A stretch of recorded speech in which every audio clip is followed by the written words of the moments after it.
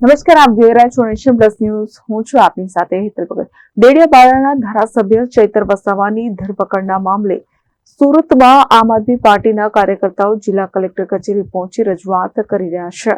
તારીખ 6 જુલાઈ 2025ના રોજ આપણો તાલુકો વિકાસ તાલુકો અંતર્ગત મળેલી મિટિંગમાં ડેડિયાપાડાના આમ આદમી પાર્ટીના ધારાસભ્ય ચૈતર વસાવા ઉપસ્થિત રહ્યા હતા.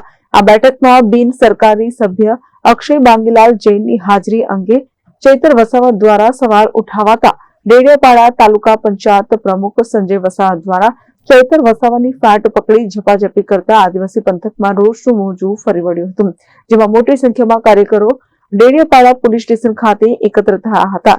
જે અંતર્ગત ધારાસભ્ય ચૈતર વસાવા જેલવાસ ભોગવી રહ્યા છે, જેને લઈને સુરતમાં આમ આદમી પાર્ટીના કાર્યકર્તાઓ જિલ્લા કલેક્ટર પહોંચીને રજૂઆત કરી રહ્યા છે.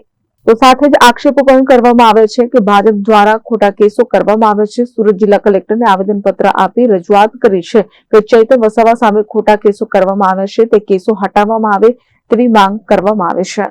Bureau report, Nation Plus News, Surat. સમાચારોના સતત અપડેટ મેળવવા માટે અમારી નેશન પ્લસ ન્યૂઝની યુટ્યુબ ચેનલને સબસ્ક્રાઇબ કરો, બેલ આઇકન દબાવો અને જોડાયેલા રહો ફેસબુક, ઇન્સ્ટાગ્રામ અને ટ્વિટર પર.